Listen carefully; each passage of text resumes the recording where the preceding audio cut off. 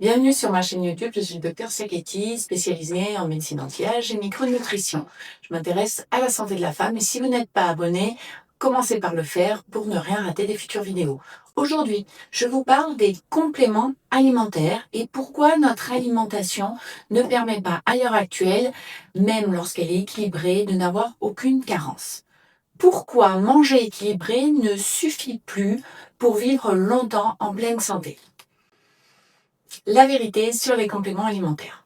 Manger équilibré, ça ne suffit plus.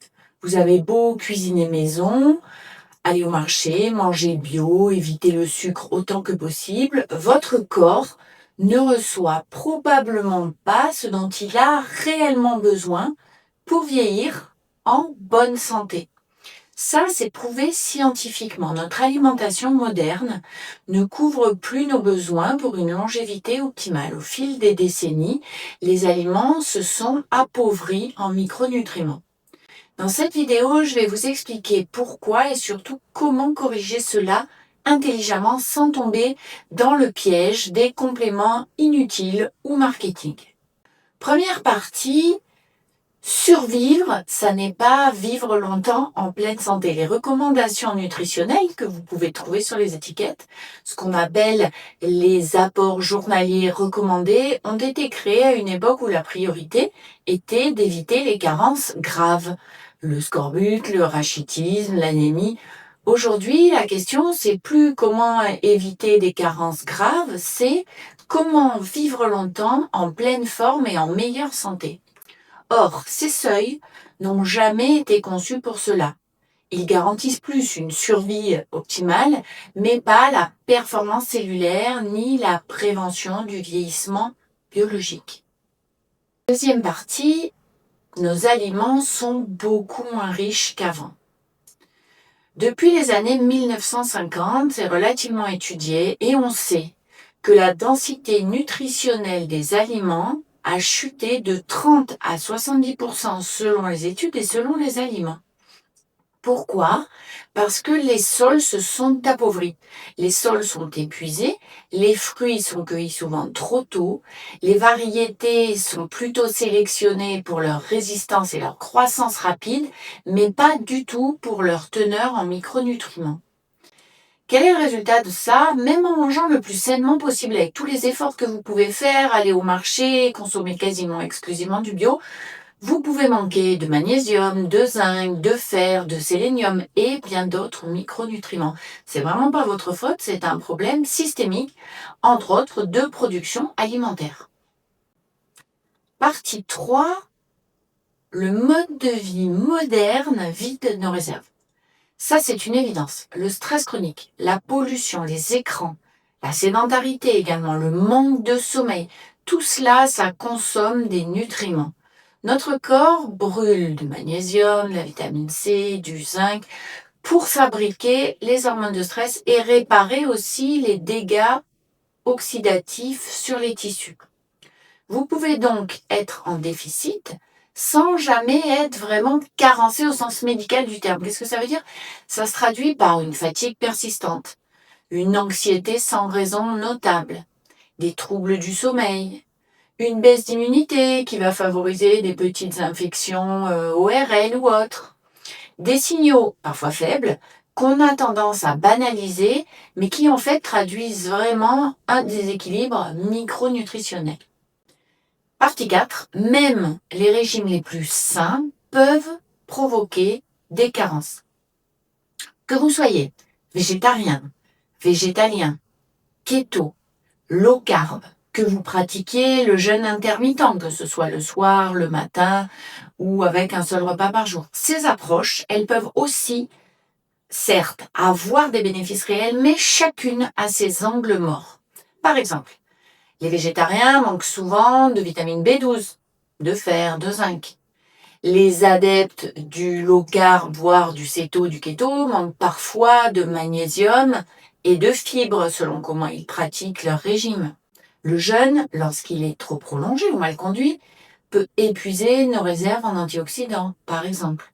Alors, c'est pas une raison pour les éviter, parce qu'ils peuvent réellement avoir des bienfaits pour la santé, mais pour les accompagner plus intelligemment. Partie 5, l'âge change la donne.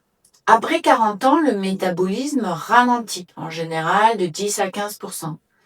Mais les besoins en micronutriments, bien souvent, augmentent. Pourquoi? Parce que l'absorption intestinale peut diminuer. La vitamine B12, le calcium, le magnésium vont moins passer la barrière digestive. Alors que nos mitochondries, vous savez, nos petites usines à énergie, elles en ont encore plus besoin que jamais. Résultat, plus vous avancez en âge, plus il devient difficile de rester en équilibre sans un soutien ciblé et précis. Partie 6, les bilans sanguins classiques ne montrent pas forcément tout. La majorité de nos bilans médicaux recherchent seulement des carences sévères, comme je vous le disais. Mais vous pouvez être dans la norme, dans la fourchette basse, tout en étant finalement loin de votre optimum, notamment en fonction de votre hygiène de vie.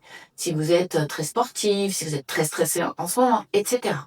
Par exemple, 70% des Européens manquent de vitamine D ou ont un taux limite faible.